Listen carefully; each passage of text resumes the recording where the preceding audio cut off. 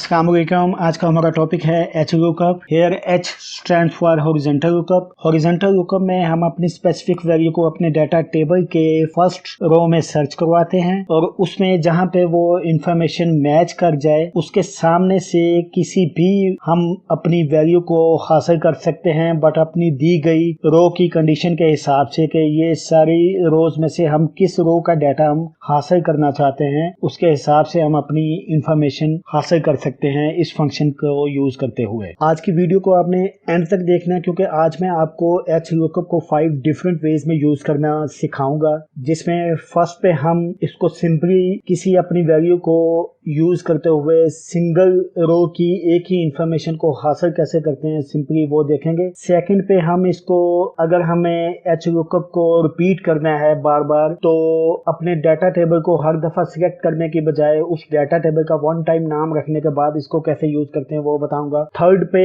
हमें इस फंक्शन को यूज करते हुए अगर किसी एक से ज्यादा रो का डाटा चाहिए तो वो कैसे हासिल करते हैं वो हम थर्ड पे देखेंगे। फोर्थ पे अगर हमें डिफरेंट वैल्यूज को वन बाय वन सर्च करवाना है, फंक्शन को यूज करते हुए इंफॉर्मेशन हासिल करनी है तो उसमें हम लिस्ट कैसे जनरेट करते हैं, लिस्ट जनरेट करते हुए उस इंफॉर्मेशन को कैसे इजी वे में हासिल कर सकते हैं वो देखेंगे। देन फिफ्थ पे हम अपनी रिक्वायरमेंट के मुताबिक मल्टीपल रोज और साथ ही कॉलम का डाटा भी चाहिए तो उसमें इस फंक्शन को कैसे यूज करते हैं ये सारा आज मैं आपको बताऊंगा। सो आपने वीडियो को एंड तक देखना है और साथ ही सब्सक्राइब कर दें अगर आपने सब्सक्राइब नहीं किया और नोटिफिकेशन को ऑन कर दें ताकि मेरी नेक्स्ट आने वाली वीडियो आपको फौरन रिसीव हो और आप उसको देख सकें। इस फंक्शन को यूज करते हुए हो सकता है हमारे पास कुछ एरर मैसेज आए, जैसे हमारे पास NA का आ सकता है, रेफरेंस का आ सकता है और ये वैल्यू का आ सकता है। तो इसकी क्या रीजन हो सकती हैं और इसको कैसे फिक्स करते हैं ये भी हम डिस्कस करेंगे अपनी वीडियो में। सो आपने इस वीडियो को पूरा देखना है। आइए शुरुआत करते हैं। एच लुकअप हमने इसको सर्च करवाना है, देन टेबल एरे जिस डेटा टेबल में सर्च करवाना है उसको सिलेक्ट करना है। यहाँ पे एक चीज़ का ख्याल रखना है कि जिस रो में हमने सर्च करवाना है वो हमारी सिलेक्शन के टॉप पे होनी चाहिए। आई मीन के सिलेक्शन की फर्स्ट रो वो होनी चाहिए। जैसे ये यहाँ से मैंने अपने डाटा को सिलेक्ट किया है। देन है रो इंडेक्स नंबर। अब हमें जो इन्फॉर्मेशन चाहिए, जिस इन्फॉर्मेशन को हम सर्च करवा रहे हैं उसको देखना कि हमारे डाटा टेबल में कौन से नंबर वाली वो रो है। जैसे टोटल मैंने लिखा हुआ है तो ये मेरे डाटा टेबल के first, second, third, fourth, fifth, sixth और 7th नंबर वाली रो है। सो यहाँ पे 7 हम एंटर करेंगे। देन एग्जैक्ट मैच करिए 0 ब्रैकेट क्लोज करते हुए ओके कर देंगे तो हमारे पास जो रिक्वायर्ड इंफॉर्मेशन थी वो आ चुकी है। ये देखें टोटल हमें चाहिए था बैक साइड का टोटल सेम रिजल्ट हमारे पास आ चुका है। अब हो सकता है कि हमने इस फंक्शन को एक ही डाटा टेबल के साथ बार बार रिपीट करना हो किसी जगह पे, तो उस केस में हर दफा डाटा टेबल सिलेक्ट करने की बजाय जस्ट वन टाइम हम डाटा टेबल को सिलेक्ट करते हुए डाटा टेबल का नाम रख देंगे। उसके बाद जहां भी हमने इस फंक्शन को यूज करना है उस डाटा टेबल के नाम के साथ हम इस फंक्शन को यूज करते हुए अपना रिक्वायर्ड रिजल्ट ले सकते हैं, हासिल कर सकते हैं। तो ये कैसे करते हैं आइए देखते हैं। जैसे हमने इस डाटा टेबल का नाम रखना है तो डाटा टेबल सिलेक्ट करने के बाद यहाँ पे हम नाम रख सकते हैं। जैसे मैं एच डाटा का नाम रखा है। अभी नाम एंटर करने के बाद हमने एंटर करना है, नाम लिखने के बाद एंटर करना है। अब इस फंक्शन को हम यूज करते हैं, यहाँ पे यूज करना है इस फंक्शन को एच लुकअप। ये चेयर्स को हमने सर्च करवाना है। अब यहाँ पे टेबल आ रहे, हम यहाँ पे डाटा टेबल सिलेक्ट करते थे तो यहाँ पे हम जो नाम रखा है वो जस्ट नाम एंटर करेंगे। Then row index number. अब यहाँ पे हमें मई की इंफॉर्मेशन चाहिए तो मई हमारे डाटा टेबल में कौन सी रो में है, तो ये 6th रो है हमारी तो 6 लिखेंगे। Then comma 0 for exact match, bracket बंद करते हुए एंटर कर देंगे तो ये हमारा रिक्वायर्ड रिजल्ट आ जाएगा। ये देखें चेयर्स की को सर्च करवाते हुए मई की इंफॉर्मेशन ये 90,500 आ चुकी है हमारे पास। अब नेक्स्ट हमने किसी एक वैल्यू को सर्च करवाते हुए एक से ज्यादा रोज का डाटा हासिल करना हो तो उसमें एक तो हमने जो डाटा टेबल का नाम रखा था उसको रिमूव करवाना होता है, हमने यहाँ पे करवाना है। उसकी क्या रीजन है वो आपको अभी साथ ही पता चल जाएगी। उस नाम को कैसे ख़त्म करते हैं, बहुत ही ईजी है। जस्ट फार्मूला टैब में आने के बाद ये नेम मैनेजर में आएंगे तो यहाँ पे जिस जिस डाटा का भी नाम हमने रखा होगा वो यहाँ पे सब शो होंगे। तो जैसे एच डाटा का मैंने नाम रखा था, ये ऑलरेडी सिलेक्टेड है। जस्ट इसको डिलीट प्रेस करने के बाद ओके कर देंगे तो ये नाम रिमूव हो जाएगा। अब थर्ड वे में जहाँ पे हमें एक से ज़्यादा रोज का डाटा चाहिए हो तो उस केस में इस फंक्शन को कैसे यूज़ करते हैं आइए देखते हैं। प्रीवियस मेथड्स में तो हमने जस्ट सिंगल रो का डाटा हासिल किया था इस फंक्शन को यूज करते हुए, और उस रो का नंबर हमने मैनुअली दिया था। बट जहाँ पे एक से ज्यादा रोज का डाटा चाहिए उसमें ऑटो इसको कैसे सेट करते हैं, हमने जस्ट अपने डाटा टेबल के किसी भी जगह पे एक कॉलम इंसर्ट करना है, जैसे ये मैंने किया है, जिसमें हमने रो की नंबरिंग देनी है। रो आई मीन कि ये फर्स्ट रो है, सेकंड, थर्ड, फोर्थ है, रो की नंबरिंग देनी है हमने। अब इस फंक्शन को यहाँ पे हम सेट करते हैं hLOOKUP।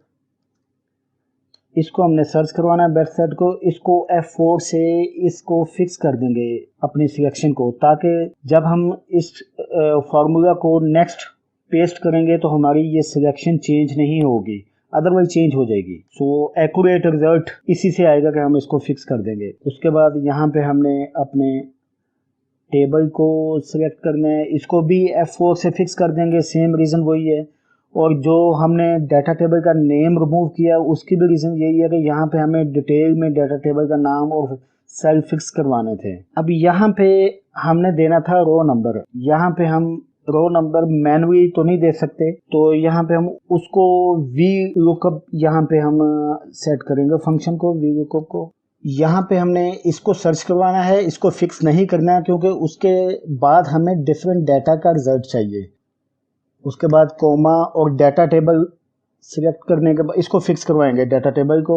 देन यहाँ पे हमने देना, क्योंकि ये hLOOKUP के अंदर VLOOKUP है, कॉलम इंडेक्स नंबर, ये 2 देना है। 2 देने के रीज़न ये है कि अप्रैल को यहाँ पे हम सर्च करवा रहे हैं, अप्रैल को ये यहाँ पे सर्च करते हुए 2 में से ये नंबर यहाँ पे सिलेक्ट करेगा कि ये 5th रो है। रो नंबर क्योंकि मैनुअली एंटर नहीं कर सकते, रो नंबर ऑटो लेने हासिल करने के लिए ये हमने VLOOKUP का फार्मूला इस फंक्शन में यूज़ किया है।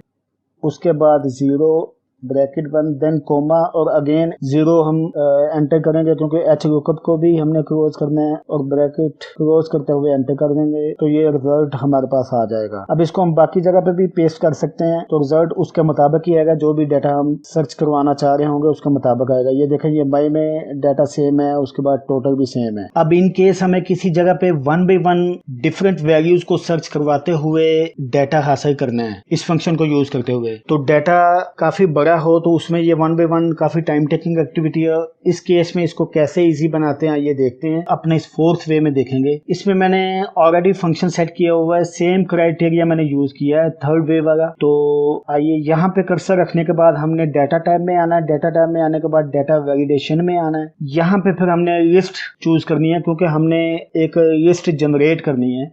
सोर्स में हम उस डाटा को सिलेक्ट करेंगे जिसकी हमने लिस्ट जनरेट करनी है, जैसे हमें इसकी चाहिए इन नेम्स की, जस्ट ओके कर देंगे तो यहाँ पे हमारे पास एक ये लिस्ट का टैब आ जाएगा, ये देखें लिस्ट जनरेट हो जाएगी। अब यहाँ पे ये टेबल्स का डाटा आ रहा है, यहाँ पे इन केस हमें चेयर्स का डाटा चाहिए तो चेयर्स को चूज करेंगे तो ये चेयर्स का डाटा आ जाएगा। देन इन केस हमें बेड सेट का डाटा चाहिए तो जस्ट नाम चूज करते जाएंगे और उसी का डाटा इस कंडीशन के तहत आता जाएगा, जो भी क्राइटेरिया या फंक्शन हमने ऑलरेडी इस पे सेट किया हुआ है। तो ये भी काफी इजी वे है जहाँ पे हमने बड़े डाटा को 1 by 1 सर्च करवाना हो तो ये इसके तहत हम इसको आसानी से अपना डाटा हासिल कर सकते हैं hLOOKUP में। अब 5th वे में जहाँ पे हमें अपने डाटा टेबल के सारी रोज और सब कॉलम्स का डाटा चाहिए, या इन केस उसमें से कुछ रैंडम डाटा चाहिए या डिफरेंट उसमें से कुछ डाटा चाहिए, तो उसमें इस फंक्शन को यूज करते हुए कैसे एक्यूरेट डाटा हासिल कर सकते हैं आइए देखते हैं। यहाँ पे हमने इस फंक्शन को यूज करना है hLOOKUP। इसको हमने सर्च करवाना है, बट जब इसको फिक्स करेंगे, बट इसको पूरा फिक्स नहीं करेंगे बिकॉज जब हम नेक्स्ट इसको पेस्ट करेंगे तो हमारा रिजल्ट इसी का मुताबिक आएगा, नेक्स्ट जो वैल्यूज़ हम सर्च करवा रहे होंगे उसके मुताबिक नहीं आएगा। सो हमने इस रो को फिक्स करना है ताकि नेक्स्ट जब फार्मूला हमारा पेस्ट हो तो रो हमारी सेम रहे, बट ये जो नेक्स्ट वैल्यूज हैं वो चेंज होती रहे। सो रो ये 90 नंबर वाली रोज है, 90 के साथ हम ये रहने देंगे डॉलर साइन और यहाँ से इसको रिमूव कर देंगे। ये कॉलम को डिटरमिन करता है, कॉलम को हमने फिक्स नहीं करना, रो को फिक्स करना है। उसके बाद हमने डाटा टेबल सिलेक्ट करना है, इस पूरे को फिक्स कर देंगे F4 से। देन यहाँ पे VLOOKUP का फंक्शन आएगा, उसमें हमने इसको सर्च करवाना है, ये मंथ को सर्च करवाना है। इसमें भी ऐसे ही सेम क्राइटेरिया होगा कि इन केस अगर इसको फिक्स करते हैं तो उससे नीचे जब हम फार्मूला पेस्ट करेंगे तो भी हमारा रिजल्ट जो रेलिवेंट इंफॉर्मेशन होगी उसके मुताबिक नहीं आएगा, इसी के तहत आएगा। तो इसको फिक्स करने के बाद यहाँ पे हमने कॉलम को फिक्स करना है, रो को फिक्स नहीं करना। तो हमारा ये कॉलम है ए के साथ इसको रहने देंगे, 91 के साथ इसको रिमूव कर देंगे क्योंकि 91 रो है। नेक्स्ट जब पेस्ट करेंगे तो 92 के 2 में भी चाहिए डाटा, 3 में भी चाहिए या उससे आगे भी हो सकता है। तो उसके बाद डाटा टेबल हमने सिलेक्ट करना है, इस पूरे को फिक्स करना है, देन कोमा। अब यहाँ पे इसको सर्च करवाते हुए जैसे हमने पहले डिस्कस किया है, ये रो नंबर्स हैं तो ये हमने सेकंड कॉलम में रो नंबर लिखे हुए हैं, सेकंड देन 0 ब्रैकेट क्लोज और अगेन कोमा के बाद 0। ये HLOOKUP को भी क्लोज करना है, 0 stands for exact match. Bracket close करते हुए एंटर कर देंगे तो ये रिजल्ट हमारा आ जाएगा। अब इसको आसानी से हम जहां भी पेस्ट करना चाहें कर सकते हैं, रिजल्ट हमारा एक्यूरेट आएगा। जैसे इसको डाउनवर्ड करते हैं और साथ ही इसको जो बाकी डाटा है वहां पे हम पेस्ट करते हैं तो ये देखें रिजल्ट जिसका भी चेक करेंगे एक्यूरेट होगा। ये चेयर्स में अगर आते हैं तो जनवरी की ये डाटा में 25,000 है, फेब में 35 है, देन फिर 48 है। अब हम इसको चेंज करके देखते हैं कि क्या हमारा क्या रिजल्ट एक्यूरेट रहता है। जैसे ये फेब है तो अप्रैल करते हैं, यहाँ पे अप्रैल का मंथ करने से भी ये देखें रिजल्ट हमारा सेम जो उसका रेलिवेंट है, जो एक्यूरेट रिजल्ट है वो आ चुका है। ये देखें चेयर्स में अप्रैल का डाटा है 64,000, टेबल्स का डाटा भी एक्यूरेट है और ये देखें बेड सेट का भी एक्यूरेट है। इन केस यहाँ पे एक और चेंज करते हैं, मई मार्च की जगह पे हम मई करते हैं तो ये देखें मई का डाटा आ चुका है हमारे पास। मई में ये 90,500, 2,90,000 और 8,20,000।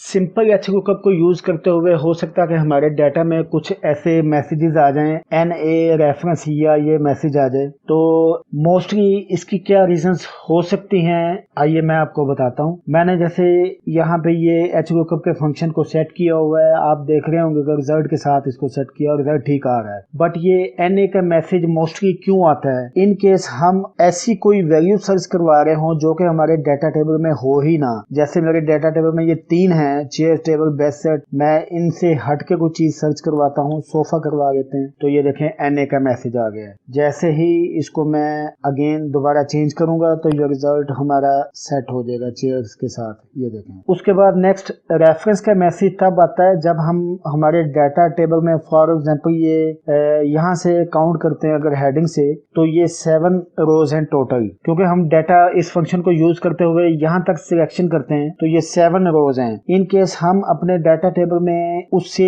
जो जहाँ पे डाटा हमारा उससे नेक्स्ट रो दे देते हैं जो सिलेक्शन के बाद वाली हो तो ये हमारे पास रेफरेंस का मैसेज आता है, तो इसको भी हम ठीक कर देते हैं। देन उसके बाद वैल्यू का मैसेज का तब आता है जब हम जो डाटा सिलेक्ट किया है उससे प्रीवियस रोज दे दें। अब आपको पता है कि जो डाटा सिलेक्ट किया होता है जहाँ से सिलेक्ट होता है डाटा वो रो हमारी 1 हो जाती है। तो यहाँ पे 7th रो का डाटा हमने हासिल किया हुआ है, यहाँ पे इन केस 0 करते हैं तो ये देखें ये मैसेज आ गया। अब इसको भी हम सेट कर देते हैं। तो इसकी मोस्टली ये रीजंस होती हैं, इस मेथड के थ्रू आप इसको सेट कर सकते हैं। आई होप कि आपको मेरी आज की ये इंफॉर्मेटिव वीडियो पसंद आई होगी। अगर आपने मेरे चैनल को सब्सक्राइब नहीं किया तो मेरी आपसे रिक्वेस्ट है कि इसको सब्सक्राइब कीजिए क्योंकि आपका मेरे साथ होना मुझे मोटिवेट करता है। इसको सब्सक्राइब कीजिए ताकि आपको नई आने वाली वीडियो के नोटिफिकेशन के साथ ही मेरी वीडियोस को आप देख सकें। Thank you.